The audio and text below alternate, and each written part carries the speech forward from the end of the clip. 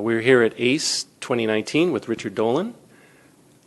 Richard, can you summarize in one thought the results of the last 2 years of disclosure? Or is it a subject that's so complex that, or even in the past 2 years, that it requires extensive discussion? Well, here we are in the later part of 2019, and when I look at the last 2 years of the UFO field, it's gone through a tremendous change.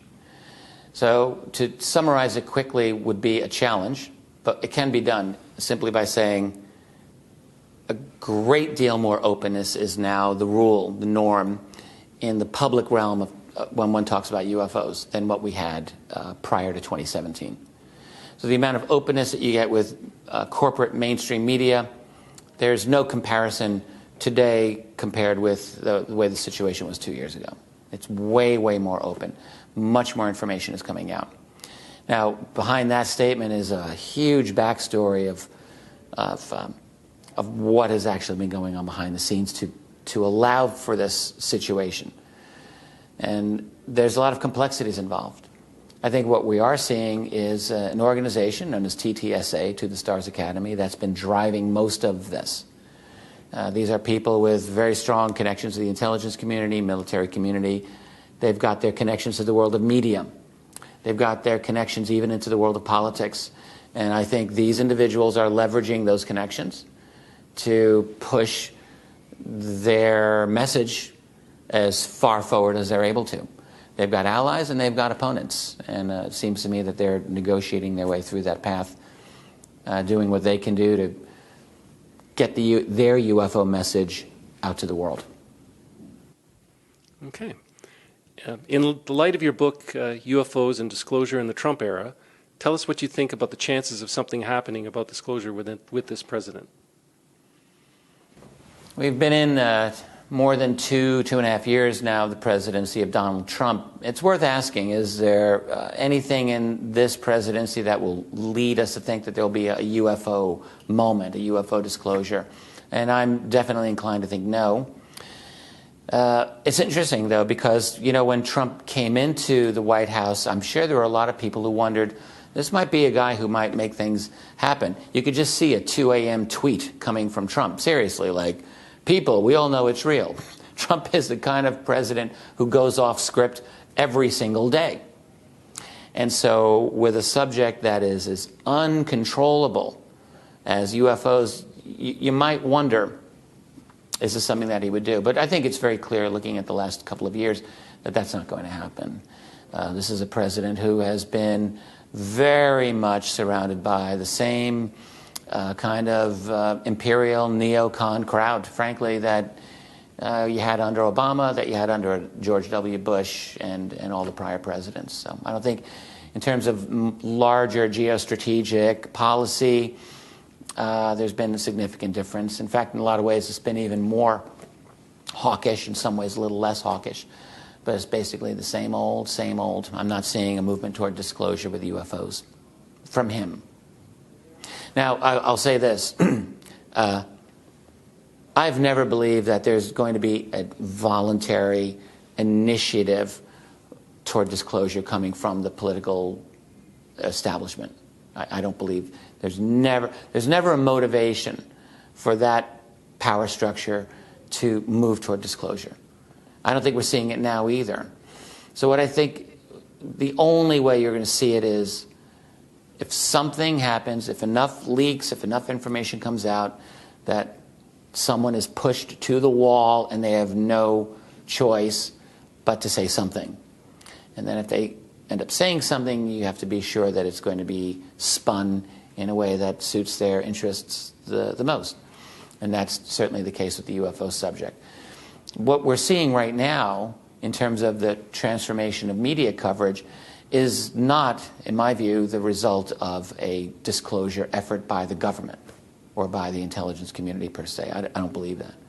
I think what we're seeing is a faction of individuals, a TTSA faction, that have their motivations for moving this forward using their allies. That's a different thing than saying the government or the CIA or the, any other group of the government is trying to push it. I don't think that's what we're looking at. Yeah, thank you. So what do you think is the best possible outcome for disclosure? Well, there's a lot of bad possible outcomes of disclosure. So let me start with that.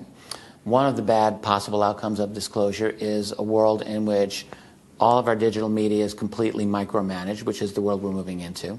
So where you've got greater and greater and greater levels of censorship over freedom of speech, expression, and elimination of fringe ideas. If you do a YouTube search of UFO, so you go into YouTube and type in UFO to the search engine, you will get, right now, ABC News, NBC News, CBS, Fox, BBC, CNN, all of the and plus like Sony Pictures and major corporations with UFO movies and things like that. So all of the independent voices are being shoved aside. And that is because Google's search algorithms are rigged now. They're fundamentally dishonest, geared toward promoting major corporate interests. So, and then of course, you got the deplatforming, demonetizing, all of the fringe voices. There is definitely an attempt, a strong attempt, being made right now to close the circle, as it were, and keep the fringe voices out. So we're moving there. And the question could be, if we go far enough down that road, and with a new population of people who grow up, getting their news from Alexa and these one-sentence, statements from Google search. I mean, the whole new generation of people now are growing up without a proper ability to research. Like, their whole idea is, I'll get my answers from the web. One answer. And this is Eric Schmidt of Google has explicitly said that this is what they're trying to do. They want you to you ask a question, you get one answer. So what that means is, reality is always complex. Reality isn't just one answer. So what you have is a whole new generation of people, and they are learning that we don't need to do research. We're just going to ask, and the internet will tell us. So research skills are going away. Fringe ideas are being pushed aside. We're probably 10 years behind China, frankly, in a full-blown social credit system in which you're going to be gauged and tagged and monitored for the rest of your life on your social likes and your behaviors and all of that, and it will probably affect your ability to get a mortgage or get a job. It's already happening a little bit. It's going to happen much more. So the worst case scenario is that disclosure happens in that world, where there are no alternate voices that are challenging the fundamental narratives. In a world where that narrative is completely controlled, anything can be said, and the best way to keep a secret is by pretending to share it. And that would be my worst case scenario. So we'd have like a disclosure that would be filled with so much spin that it's basically a dishonest disclosure, and people accept it. That would be a problem. Best case scenario, I don't really know if I think that there's much of a best case scenario. The best case scenario, I guess, could be that it's messy. I think that's probably the best case scenario, where it's uncontrolled, where something, I envisioned this 10 years ago with my book After Disclosure, where something happens that's not in the playbook, a sighting that can't be explained, or a leak that can't be explained away, that causes a snowball effect or an avalanche effect, as it were, where it gets messy. It's probably the best case scenario, because a messy disclosure is one that's going to wake up a lot of people to the fact that they've really been lied to. And I think I'm not someone who likes social unrest. Believe me, I do not want that. You do not want that. Some people think they do. It's a bad idea.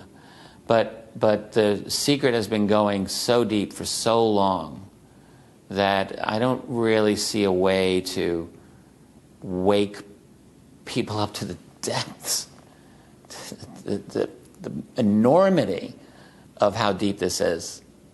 I mean, most people who follow this stuff casually, they really have no idea, like, how unbelievably deep this secret goes, how privatized it is, how private entities have hijacked U.S. government through special access programs to just run the show and make money off of tax dollars to study this advanced tech that has been acquired.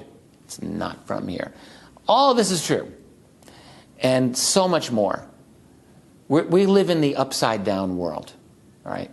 That's what we live in. And so what is needed, unfortunately, is a real shock to the system, and that would be a messy disclosure where the main narrative is held up to question and is being discarded.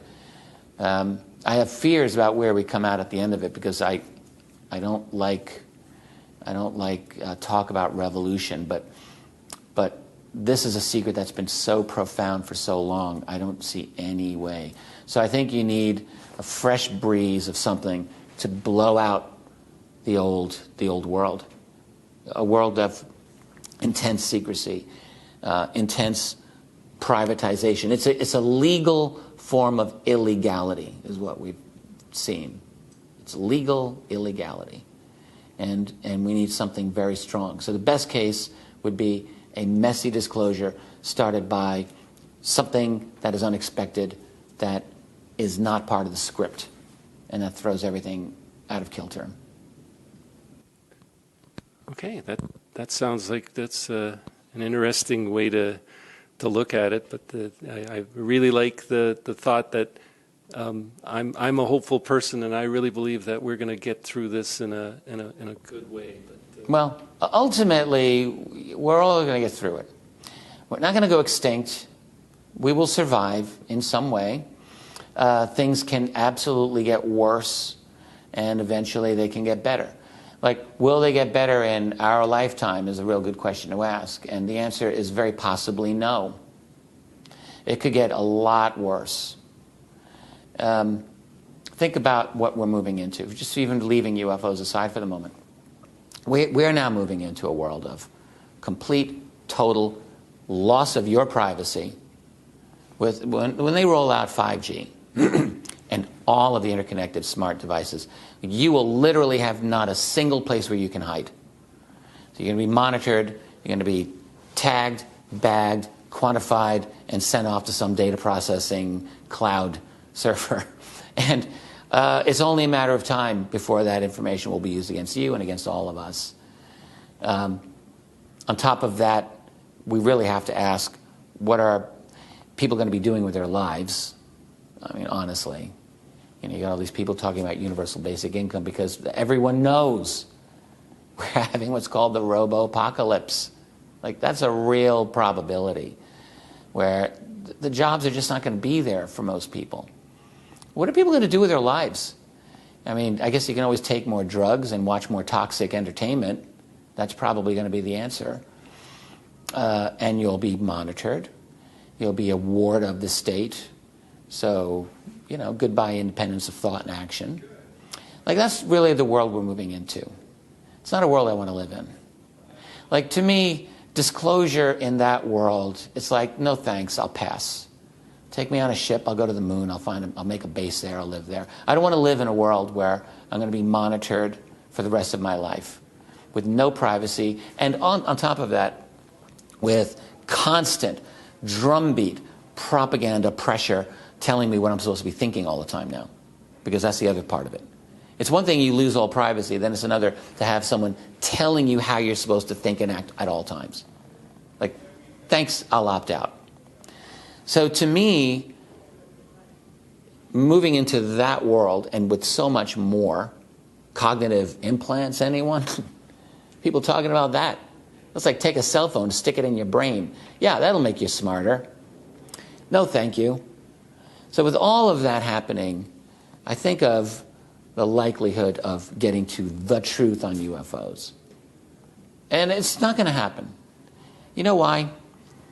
Because we're only so intelligent. This is a phenomenon that's operating a few steps ahead of us. And the fact is, like, we struggle to understand it even now. And yes, I think that there are definite truths that are hidden away. There is a cover-up. But do those people with more access to this than us, how much do they know? I don't think that they know everything either. We're dealing with a mystery, and There's an intelligence there. Is that intelligence here to help us?